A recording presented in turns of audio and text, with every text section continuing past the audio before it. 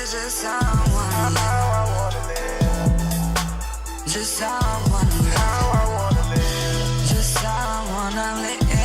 How I wanna live. Just how I wanna live. Welcome. It's been a long time, but this is a new episode of Young, Black, and And widowed. Widowed. I'm Shar, I'm Shonda. I'm Angelo. and today it's been a while since we've seen everybody, so we're coming back after being on a stay-at-home order, dealing with the COVID-19. This is a pandemic that has been affecting not just the city, the state, the country, but the world. So it's good to see everybody. Unfortunately, I'm not able to be together, be in the presence of my tribe physically, but we're always together spiritually and in each other's hearts. So I appreciate y'all. But it's a real difficult time right now dealing with the current state of society. Not just, going beyond dealing with death as, widows and widowers, but, with this situation that has been happening for the last few months, people have been dying all over the world from this strand of coronavirus. It has affected many families in so many ways. I myself had an uncle just pass away this past Sunday, and definitely want to give my condolences to my uncle's family, and of course my aunt and my cousins. This is a very difficult time for a lot of people. So today we want to kind of just talk about experiences during this time. Talk about some of the things we have been doing to cope. But one of the biggest questions that came up is, we feel like while we were going through this, how would it be if our spouses were still alive during this time? Like how would they react? How would things be if they were still with us while we were going through this this difficult time of kind of having to be very cautious about the unseen, which is what they call the coronavirus or COVID-19, this sickness that seems to be plaguing a lot of areas. But it doesn't seem like anyone's quite sure of how it is spreading. Only thing we do know is that the numbers of those are infected are extremely high, and the numbers that those that have passed away are extremely high. So these last few months has been another new normal, for those of us that were already dealing with grief. And then, of course, a lot of people, thousands and thousands of people are starting a new journey of dealing with grief. So dealing with grief and dealing with, I would say, the threat of getting this deadly virus or disease. Angelo, what is your take on kind of what's going on right now and just having to kind of maneuver through things with this COVID-19? Yeah. First of all, man, I want to say my condolences. I've told you this on the phone. All with my condolences to you and your family, man. I know it's a really tough time. I had a friend of mine that lost like a family friend that was like an aunt to his family too. So it's really crazy right now. I think for me, it's scary in a lot of different levels. I'll be honest. I was one of those conspiracy theorist people at first. I was like, oh, it's not really as bad as what they're saying. It's just, like another flu, because the things that you were kind of seeing in the media didn't make it seem as, widespread as it was at first. And then it was like a lot of fear tactics to me, which I still think it is a lot of that. So at first I was, definitely like, okay, well, I'll be fine. I'll be cool. I'm sanitary already, and everything. But as the cases started really compiling more and more, especially like in South Carolina, North Carolina, and then I start watching CNN and start seeing like how disproportionately numbers of Black people are getting this and passing away from it more than any other ethnic group.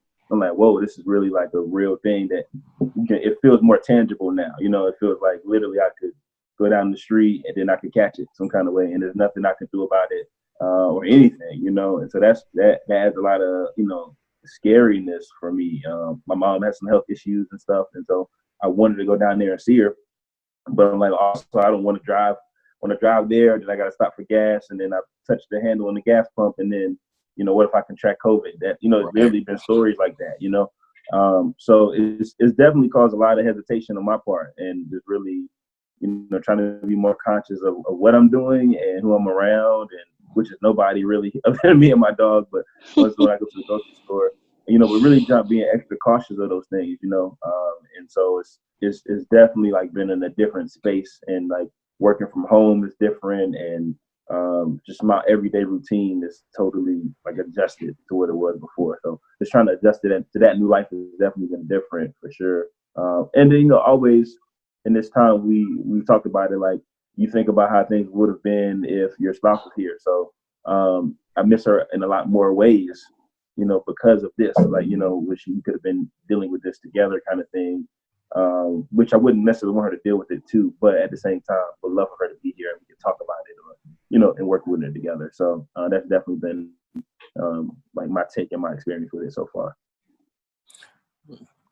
Right. So, Shonda, what about you? And I didn't even touch on this point, but what about you and your experience and having to maneuver through this, and also having your daughter who is at an age that can kind of get an understanding of what's going on? Like, how has that been for you maneuvering through things, and how has it been for you, mentally as well, um, having to deal with it, be strong for your daughter, as well as going through the whole process with grief as well? So for me, and I want to send my condolences to Shar, to you and your family. For me, it's just been one of those things where, I'm relating coronavirus to something as similar as people dying suddenly. That whole touch on it's not going to happen to me. That's the thing that I think, after you have somebody die suddenly, you take that out of your head. Like, it's not going to happen to me, because now in my mind, anything can happen.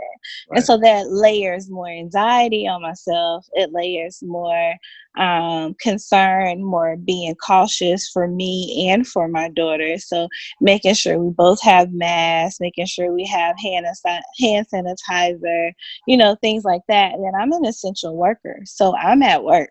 At first, the city allowed us to work a few days a week. Now we are back in the office because we manage a company that's by the city. So that's kind of scary, because my job entails me recruiting people. And with that means I'll have to see people. So I had to find creative ways to figure out how to touch people, but not touch people. Right. So creating packets to make sure that people can get them back to me. And now I'm even creating little small social groups so that people can come see me in smaller groups versus me having a big class, because I'm preparing for a class in June for my work. And then on top of that, my daughter is schooling. So at home school is difficult, especially when she's FaceTiming you while you're at work. And so, it all comes to the whole, if he was here, I wonder how this would be. His job wouldn't be considered an essential job. So he would probably be home helping her with her homework, things of that nature. And so that puts pressure. Not only that, but in the month of April, it was really difficult because my husband's grandma passed away. And we were extremely close to her. I talked to her every single Sunday. And so that pushed me back even further, because she was like one of my biggest support systems. I could cry with her. I could talk to her about anything, and she could tell me all the stories that I needed to hear in regards to my husband. So in that, I had to take even more precaution because being that the family is so small, I ended up being in Georgia for a while during this crisis. So, it's like, what do you do? Do you go or do you stay home? That's not an Right. option. So Yeah. I had to literally pack up my daughter. I ended up getting a hotel room just to kind of stay, in a separate place. I had to bring Lysol wipes and like clean everything off. Don't touch this, don't touch that. Looking for everything that says 99% virus.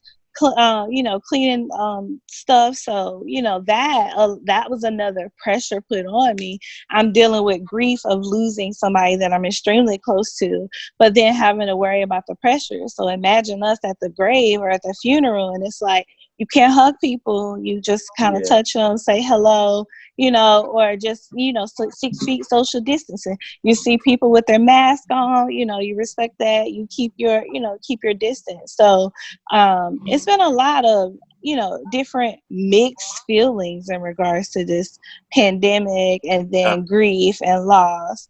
For sure. So yeah. Yeah, and just sitting here now, I'm sitting out back on the porch, and I have bad allergies, so I'll be scratching my face and stuff like that all the time. And just to think about Uh-oh. like how to be going through this situation where they tell you not to touch your face during this. Mhm. But Yeah. what's been amazing is just looking at the world. Where I'm just gonna point to just directing on the United States, like even in a crisis where people are dying, there's still separation. That's amazing to me. And what I'm saying is you got those that feel like, you know, oh, it's not that serious. They're fluffing the numbers. It's not really that bad. And then you got those that, wearing masks and gloves and things like that. And it's just amazing. Like the reality is people are dying. However it's coming or however it's happening. But it's just amazing how even in this situation where there's thousands of people dying, hundreds of people in different cities and states, but yet people are still divided on Mhm. what to do about it, whether it be to, go on and living as if nothing is going on, or to be cautious.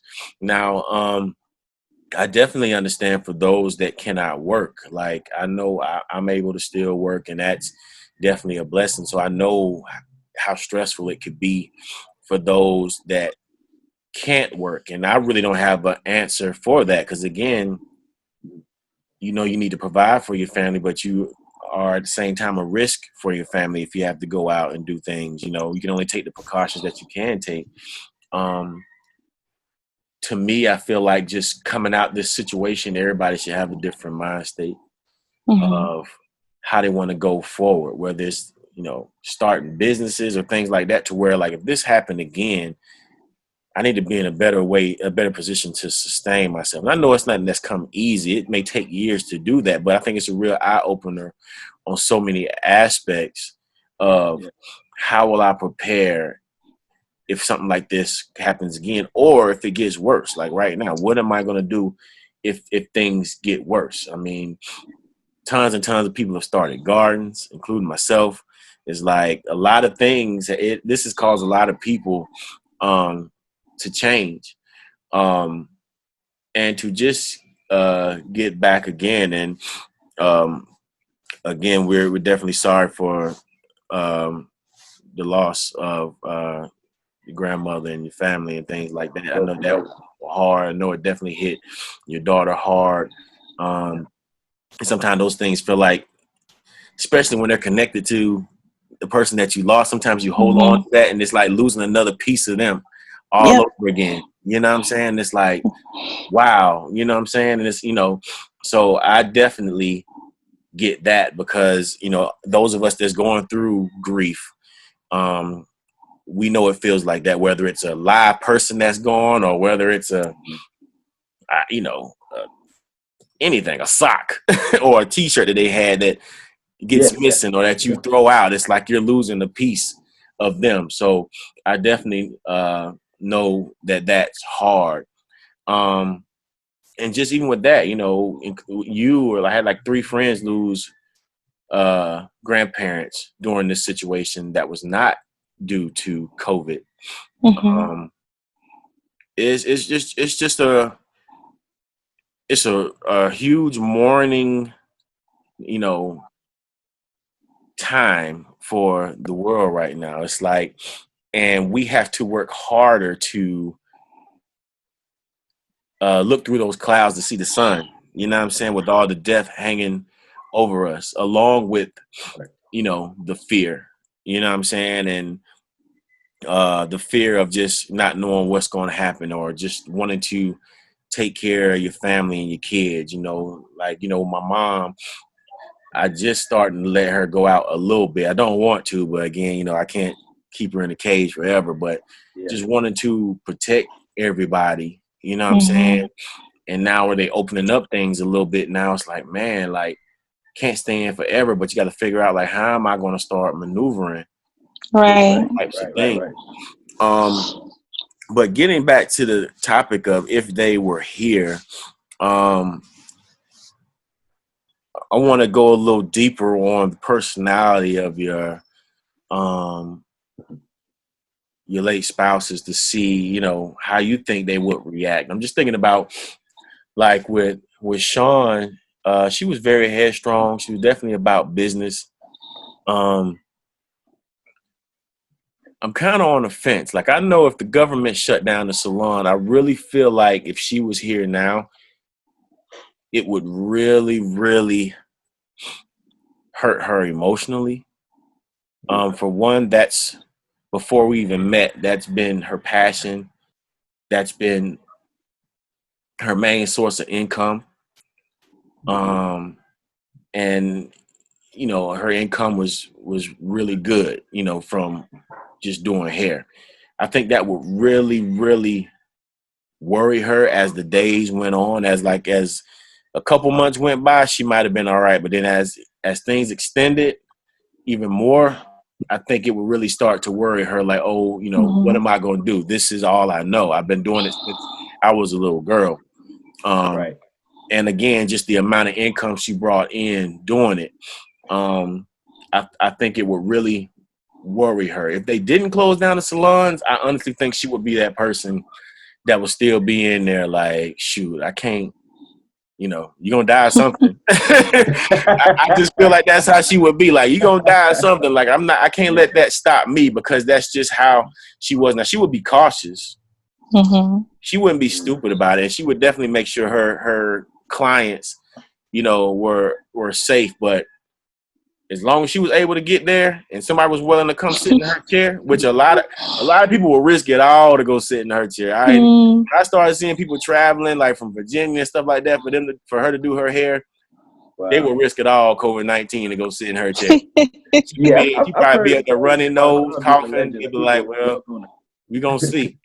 I need you to do my hair. But I feel like during this time, she would have been the one trying to keep me level, trying to keep me balanced. Like, you know, hey, you know, you can't be you going overboard with some of that stuff. Like, not that serious, bruh. It's not that serious. Like, you know, we still got to keep moving. We still got to keep going. And she would kind of be that offset to me. You know what I'm saying? Because like, I'm low key like doomsday ready. Like, as soon as they start talking about it, like, for real, I hear that in your voice. Yeah, like low key, like doomsday ready over here on all levels. Look, I was over here thinking, yep, you got a garden ready. Okay, good to know. Good to know. That's just surface level. I got everything but the underground tunnel. Like, for real, I might start digging that this evening. Yeah. I'm like, yeah. So fallout shelter. Right. And you know he's serious. Yeah, I know it. So make some room for me. Right. Yeah. She would have been the one to kind of keep that balance with me, so I don't go too far overboard.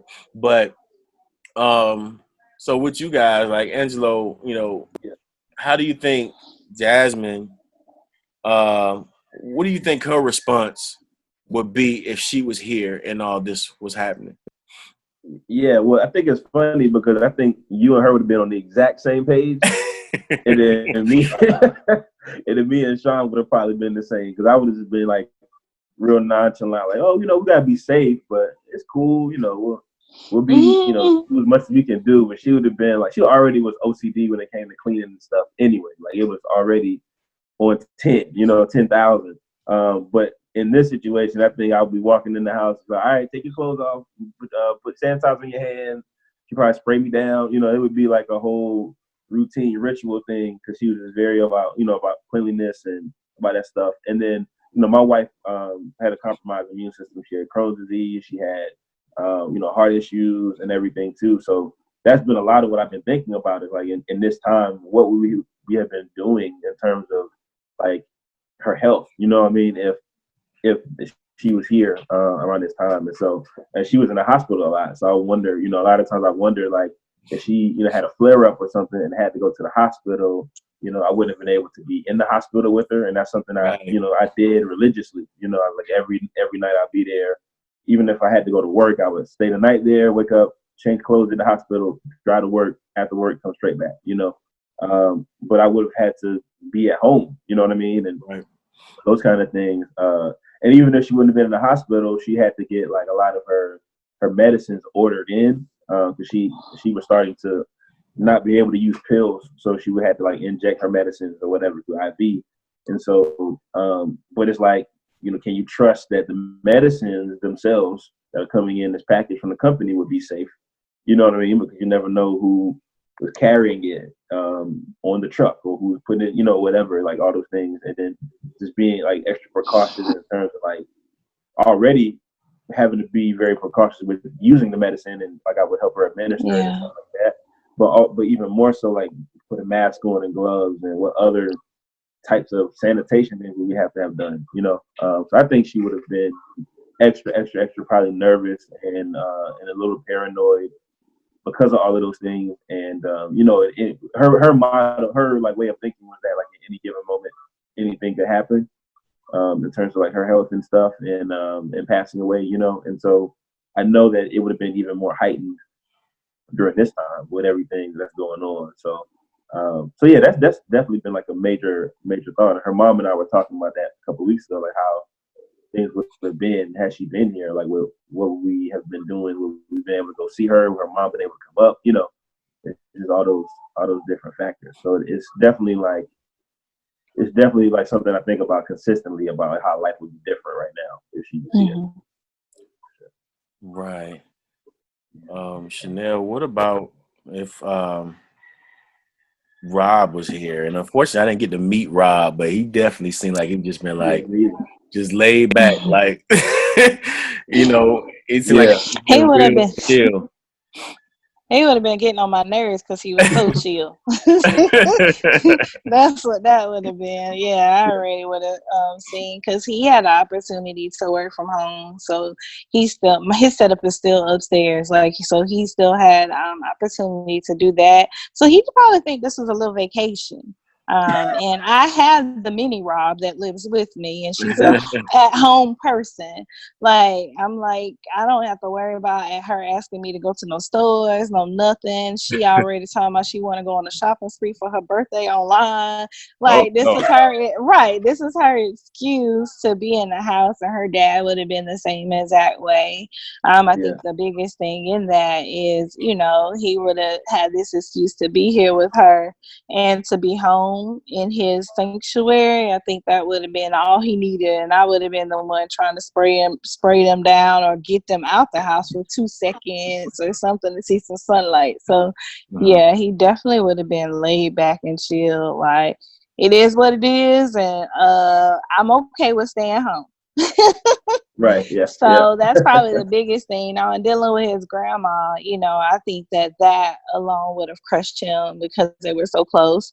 And then, I think he would have did everything that I did in regards to the hotel. making sure we're protecting his grandpa who's still living, the support from his family, doing what he needed to do for his family.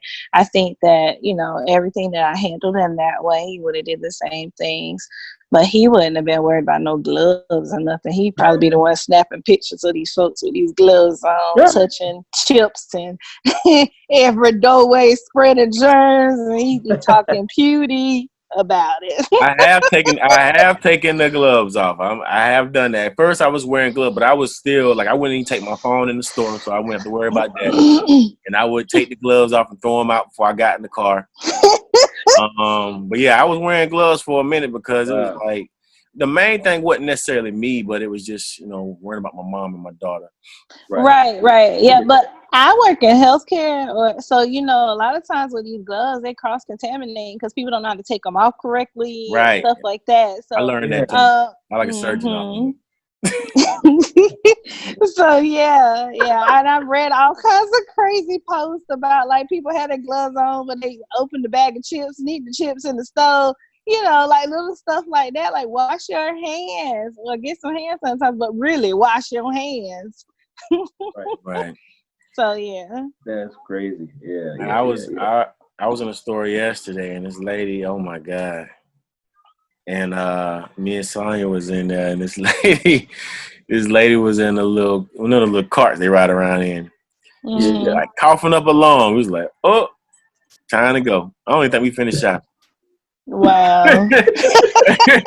Yeah, man, it'd be crazy.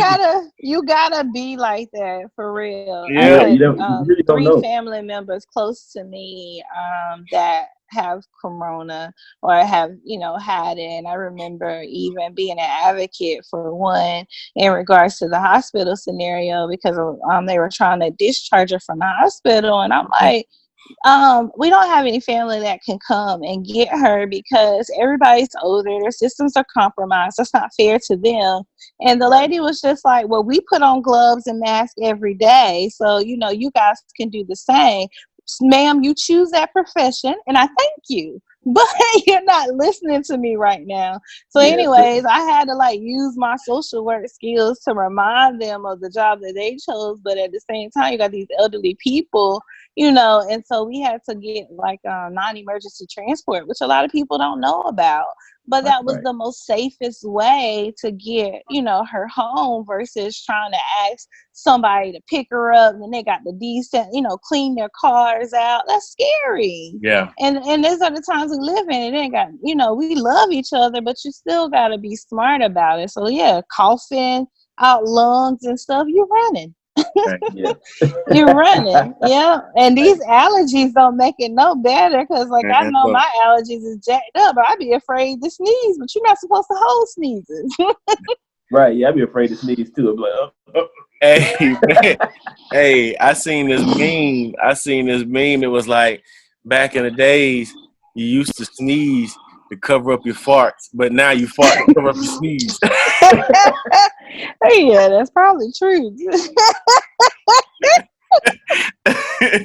That's only you. Yeah, only you will find that. Only you.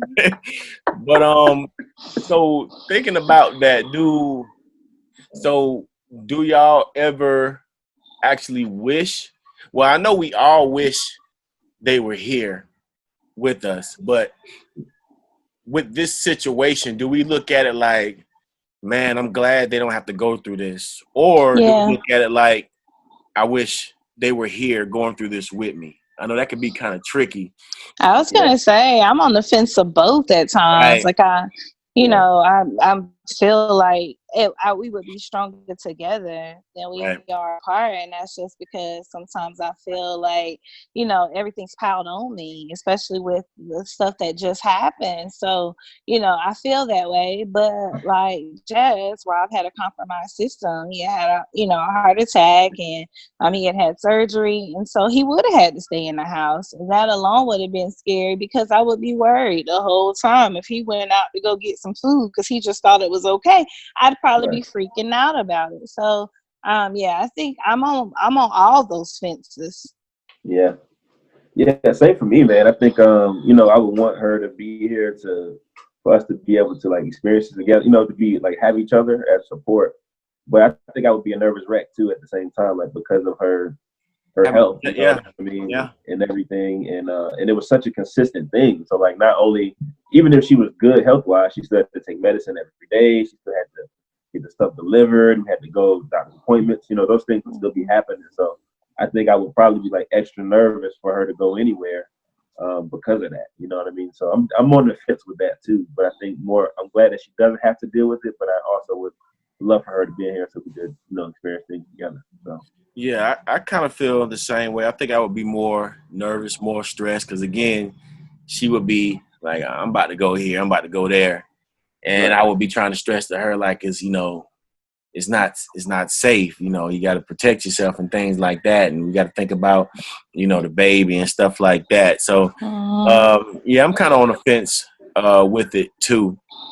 But just thinking about, for one, I want to send out a huge hug and condolences to everybody who's lost someone during this time, because people have, nobody's exempt, Right. wives, husbands, kids, aunts, uncles, brothers, sisters, Friend of a friend. yeah, Yeah. friends. Everybody has lost someone. Nobody's exempt in this particular situation, but thinking about the difficulty with the grief is it's even more challenging, because now people are having to go through this grief and they can't really get that hug or sit down and have that talk with that loved one if they're not in the same home. They only have the telephone and the computer. And on that note, shout out to Zoom and all the FaceTime apps and Yeah. all the cell phone companies and telephone companies. Shout out to all the internet services that allow people to still connect during this time, because whether it's a strategy and they making big bucks and all that, is like we can't help but say we appreciate it, because if we couldn't see the people that we love, it would probably be even harder. But I can imagine how the grief is for those that's having people pass during this time and can't really connect. Again, like my aunt, my uncle drove himself to the hospital after dealing with, being sick and fever and stuff for a while. He finally drove himself to the hospital. They sedated him and he never woke up again. They wouldn't allow my cousins them to go to the hospital. There was a certain point they allowed them to see him, unconscious via Zoom. Wow. They didn't get to see him physically until they was like, there's nothing more we can do. Wow. And they actually let them go see him. And this is months later. This is like 2 months later. My aunt was in the hospital with him battling coronavirus. And at one point, after a month or so, they rolled her in his room to see him, but again, unconscious. But no, only updates they could get on him was phone calls from the doctors or the nurses. Nobody could see him. So imagine that. And I don't even know if he got to talk to anybody before they like sedated him. You know what I'm saying? Like, Yeah. I don't know if he had a choice or anything. Again, he drove himself to the hospital. But when my aunt, they sedated her too, but only for a couple of days. They sedated him and he was out for a couple months. Yeah, that's rough. And they knew she, that was gonna happen to her. And like, people got to talk to her, my mom and all this and that, but it don't seem like that happened with my uncle. But not to get off track, but just to think about those out there that's lost loved ones to this virus, that for one didn't even get to connect with them when they went in being sick, not even being able to go see them, and in many cases not even be able to talk to them. Yeah. And then losing that loved one and not even being able to connect with family members and friends, but only being able to just, do stuff like this. Not being able to connect with other people you love itself, it does something to you, to your psychic. Yeah. And to your spirit. Yeah. Chanel, do you have any, and I know this is hard not to put you on the spot, but do you think there's any way or anything that could help with that? What would you tell those that's lost ones that's in that particular situation? Would you have anything to tell them to help them get through it?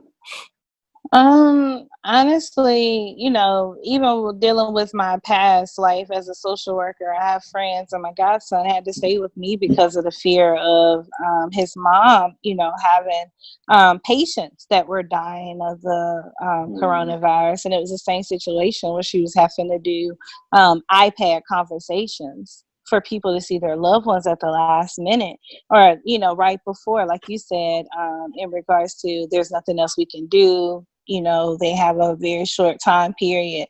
So, one of those things that I always just encourage people to do, I'm big on my faith. I pray. We all are going to pass away of something at some point in time, but these times are just horrible, where it's just like, you just wondering, every day that you wake up, you're just thankful.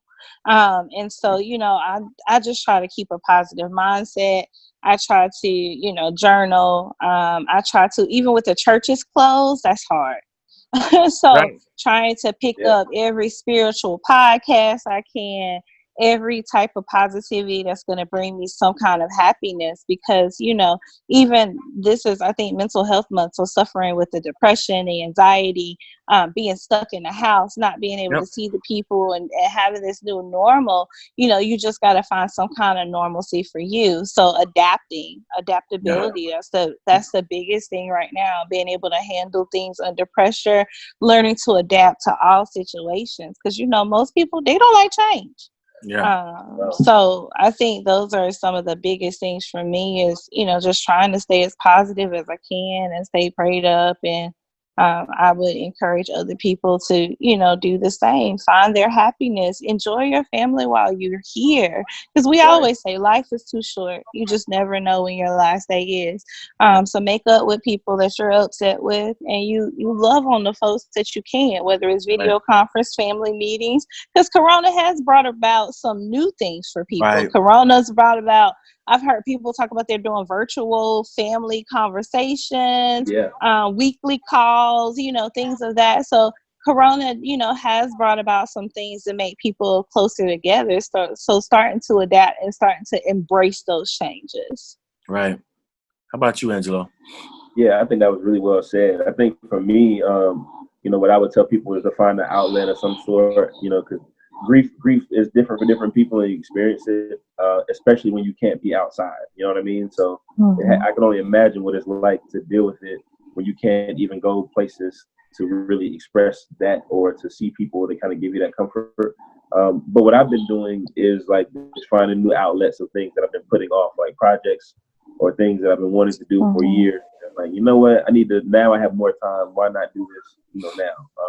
And so for me, I write poetry and stuff. So I started working on a book. I've been talking about writing this book for a long time, and I haven't. And so now, and the poems that I'm writing are about like grief and about like my marriage and wife and that kind of thing. And so like in a interesting kind of way, I'm kind of like still keeping her with me here, during this time. If that makes sense. So I think finding like an outlet or something to help you express whatever that you're doing. That could be painting, it could be, playing video games. I've been doing a lot more of that too. Or watching TV, even like something as simple as that allows your mind to relax and unwind, while also finding ways to be constructive. I think are really important. Because when this is over, it's like, when this is over, you want to be like, okay, well, what did I learn during this time? What new things do I have now as a result of this thing? What's in my toolbox now, right? And so now I can say I have a whole collection of poems. I have skills or things that I've learned. I've been cooking way more than I have probably ever in my life, during this time. So I think it's just finding those outlets to help you deal with it. Yeah. You're definitely right. And in closing, I think in this situation, everybody that's going through it, especially those that have lost loved ones during this, and those that are alone in their homes, and can't see their loved ones right now due to the pandemic. I think now is a time where we all have to really dig deep to find our inner strength, to see how strong we really are. And we all are strong. We just have to tap into it. And sometimes discovering that strength is not always easy. You know what I'm saying? You know, any bodybuilder, weightlifter, power lifter, anybody that do things to strengthen themselves, to condition their bodies, there's a moment where it feels, there's a moment of, I don't want to say pain, but there's a moment where your body is put through a strain in order to get stronger. And right now, this is definitely a moment for all of us. Right. When we come out of it, we all need to look at ourselves to know that we can get through anything, we can accomplish whatever, and we all should come out of this thing brand new. You know what I'm saying? We all, you know, whether, again, you're gardening, whatever you're doing to get by in these times, just to let us know, like, hey, I can do it. I've picked up some new skills, new habits that's going to be better for me. You know, like Angelo said, you know, I'm cooking more. I can save more money. I can eat better. I'm exercising more because I'm taking them walks every day because I can't go nowhere. A lot of these different things, we should come out of this thing better, and look back at yourself and pat yourself on the back like, you know, I did it and I can do it again. And I'll be even better if I had to do it again. So with that being said, you know, everybody that's out there, you know, keep pushing. You can do it. The loss, the grief, it does hurt, but it does get more manageable. If you're feeling like you can't go on, I can tell you now, there are definitely things that we all have to live for. But if you feel like the burden is just getting too heavy, we'll provide a number after this show that you can call to get some help. Everybody is, if as long as you're breathing, it's worth to keep fighting to breathe. It's worth it. It's worth it to you, and it's worth it to those that love you and depend on you. Absolutely. Again, it's been a while. We're gonna try to kick things back up again via. Shar, before you leave, I do want to say or acknowledge essential workers and say thank you for all that you do. Thank you for the fight that you fight every single day, that you put yourself at risk, you know, and you come back home to your families. We thank you for all you've done. So I just wanted to kind of say that as well. Oh yeah, huge thank you, because I've been having groceries delivered. And everybody that's out there having to deal with people and be at the forefront of this whole situation, just so we can still have some sort of normalcy in our lives. So you're right. Like when everything starts back, you know, all the essential workers need to get an extra paid 2-3 weeks vacation or something where they don't have to that would be lovely. Yeah, I believe that would be, you know, they give a stimulus check. I think they can do that. Like, hey, every company let their essential workers, you know, however they can manage it, give everybody an extra week of vacation or something. But yeah, definitely, we thank all of y'all for helping keeping things a little bit normal for us. So yeah, we're gonna try to keep the show going via this video platform. Again, we thank everybody who has been rocking with us. We ask that you just continue to share this, especially to those that you know that has someone that is battling this virus, someone who's passed from this virus. Let them know that there are some people out there that understand, that are going through the same thing. And if you are out there and you want to share your story, this is a great platform for us to be able to do it. Please reach out to us, email us, all the information to be at the end of this video. Reach out to us. We would love to have you on the show. If you lost someone during COVID-19 or you lost a spouse, we definitely want to hear your story. So until next time, I'm Shar. I'm Shonda. I'm Angelo. And this is Young, Black, and Widowed. Peace. So. Bye. This is just how I wanna live. Just how I wanna live. Just how I wanna live. Just how I wanna live. This is just how I wanna live. Just how I wanna live. Just how I wanna